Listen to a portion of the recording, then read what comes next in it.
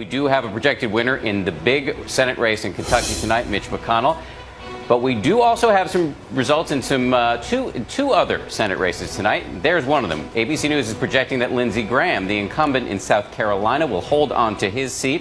And in a special Senate race in South Carolina, ABC News is projecting that Tim Scott will emerge victorious. So 2 Republican victories in South Carolina in the Senate race there. No big surprise, but we wanted to bring you the latest news. Now, we should say, while all eyes are on the Senate tonight, there are 36 governorships up for grabs tonight. At this point in America, there are 21 Democratic governors and 29 Republican governors. As this evening progresses, this picture here could very well change. And in fact, we do have some results in the governor's races tonight. ABC News is projecting that Nikki Haley, the incumbent Republican in South Carolina, will hold on to her seat. There is another huge governor's race down south tonight. We do not have enough information to project a winner in the governor's race in Georgia. That is where Jason Carter is running against Nathan Deal. Jason Carter, it is worth noting, is the grandson of Jimmy Carter. Let's bring in now ABC's Cokie Roberts, who's joining us from our Washington bureau. Cokie, you with us? Yes, Dan. Very interesting night all the way around. So let's talk about the biggest headline to emerge thus far, which is Mitch McConnell. Surprise or not a surprise? I mean, Alison Lundergan Grimes, the Democrat, ran a pretty good campaign. She ran a very good campaign, and she had the whole world come in to support her. President Clinton, Mrs. Clinton, every Democrat who anybody in Kentucky happens to like. And so she thought for a while that she was doing well. McConnell always, though, Dan, starts off poorly and then picks up toward the end. And what was so interesting was that he, of course, if the Republicans do take the Senate, he will become the majority leader. And 63% of the people told the exit pollsters that that was very important to them, that it was that control of the Senate was very important in terms of their vote. Now, that's somewhat arcane. It's not something that affects you personally. But in Kentucky, people understood it, and they went for McConnell. I want to get into the exit polls in a moment, but let me ask you about the results out of South Carolina tonight. Not surprising to have 3 Republicans emerging victorious, according to ABC News projections. It is surprising, however, when you talk about the ethnic backgrounds of the winners tonight. Absolutely. Tim Scott was appointed to the Senate, but now he has been elected to the Senate, an African American elected to the Senate in South Carolina. Nikki Haley, the governor, re-elected, an Indian American elected to the governorship in South Carolina. This is a big change in the American South.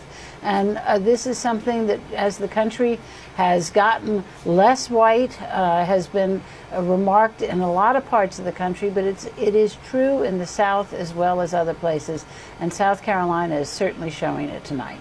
Let's talk about the exit polls now. The anger emanating out of these cold numbers is palpable. And as you and I were discussing before we went on the air, people are not only upset with President Obama and the economy, but they're also not expressing a lot of love for the Republicans.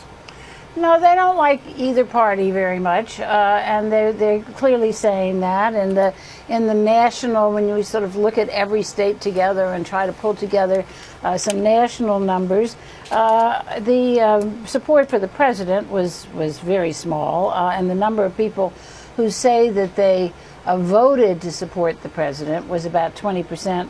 About 33% said they were opposing the president. The rest said he wasn't a factor. Although sometimes that's, it's a factor that you're not quite aware that you're voting on when you go in to vote. But the Republican Party has also not seen very positively. Only 41% say they approve versus 55% who say they disapprove. And Republican leaders, 38% say they approve. 44% say they approve of the president. So it's not that the Republicans are getting a ringing endorsement tonight, but the upset over the economy remains very, very high. Concern about terrorism is high, and the president's handling of all of it is low. It struck me, looking at the numbers, that people are not only angry, but they are, as our chief political editor here has described, angsty as well. They're not only angry, but they're worried about their future. They are. When you ask them if you think things are going to get better over the next few years, the answer is a resounding no. And again, when you have this fear of terrorism out there, that's angsty, certainly.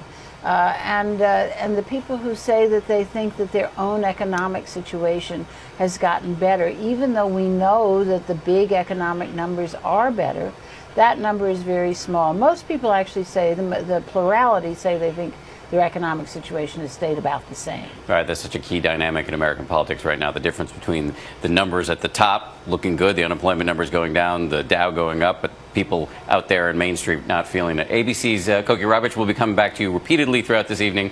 I will try to make up more words like angsty as we continue to move through the evening. Appreciate that, Koki. Always good.